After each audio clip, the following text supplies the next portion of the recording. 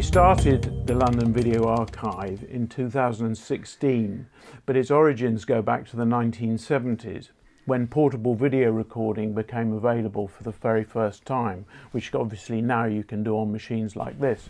But in those days, it was machines more like this, which enabled people for the very first time to make their own television. Young people, tenants on housing estates and community action groups, women, black and ethnic minority people, and LGBT+ groups and the disabled. Many of the videos made back then are still on themes that are relevant today. So our aim is to make the material accessible and usable now. There are four major strands to the project. Firstly, collecting and preserving videotapes made from the 1960s to the 1990s.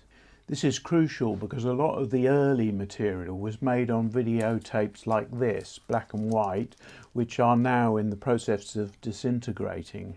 And many of the other formats that the tapes are on are also becoming increasingly hard to digitize. The second strand is recording oral history interviews with the people involved in making the tapes back then, before it's too late. Thirdly, making the videotapes, the interviews and related documents available on our website. Fourthly, and maybe most important, organising public screenings of the videos and encouraging their use in communities. Screening the archives shows how this happens in practice.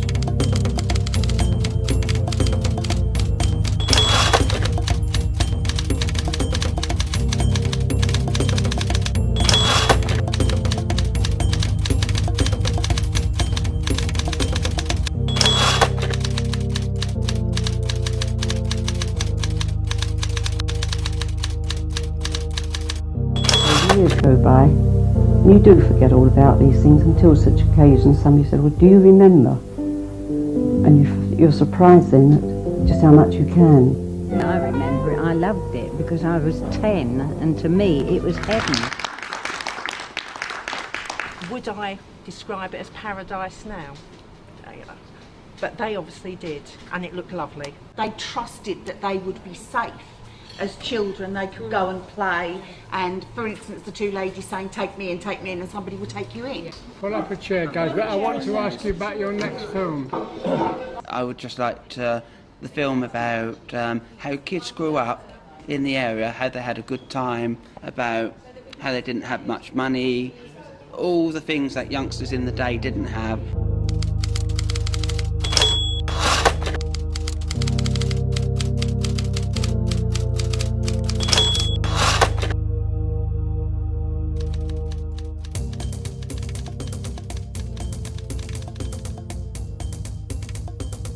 I mean, there's been an understanding through the way in which the GLC has taken a principled stand about the end of all oppression, not just the end of this oppression or that oppression, but the end of all of them. Children who need to be taught to respect traditional moral values are being taught that they have an inalienable right to be gay.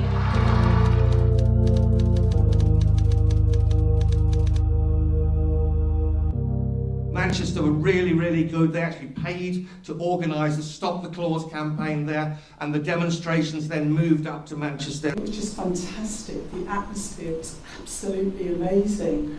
For all the terribleness of Clause 28, certainly for me personally, it was a time when I really came out, really got politicised.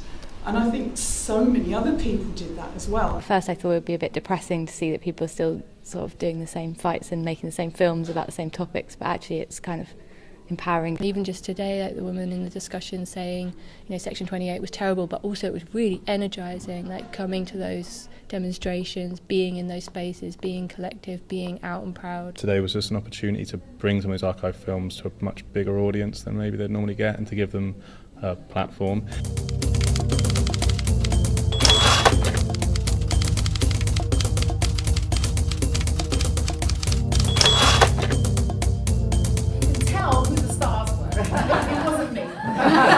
So anyway, enjoy.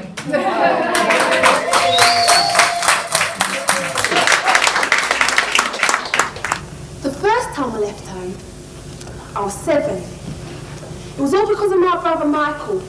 I didn't like him. He was always beating me up and telling mum of me and get me into trouble. And she cuffed me, and she beat me, and she sent me to my bed. The second time, I was 8. We hadn't been together for years, literally maybe 20 years, so it was a great opportunity for us to kind of do a reunion. So as you could see on the night, there was lots of talk and remembering this, oh, remember when that happened and that kind of stuff. I thought it was a wonderful intergenerational exchange. The fact that you guys were there and that there was a Q&A. For the young people, young women that were in the audience who were asking lots of questions, it was for them to go, okay, so, you know, it's very similar. Nothing really changes. As much as we have all this dialogue, it's something we still have to continue to raise, women's issues.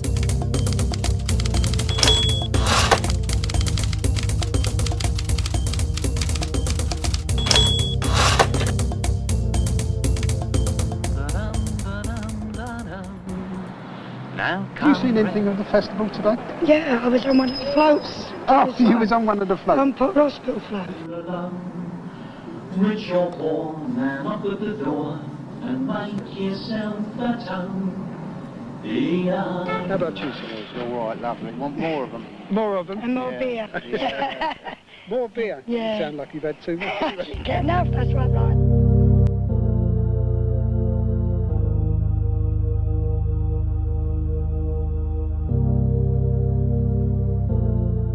I love looking at old films and old areas that I grew up in that are not there no more. I do love that.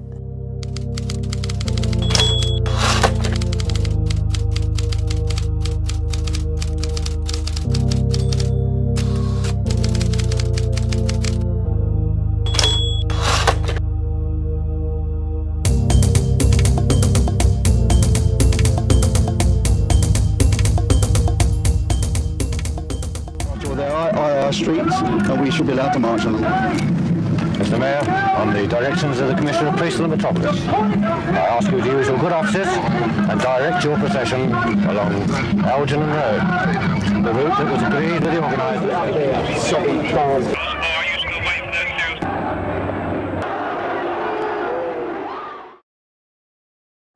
We were there when it all kicked off. We saw most of what happened, but a lot of the black boys, we made a decision that we weren't actually going to fight the racists. The police had done some dawn raids and nicked 24 people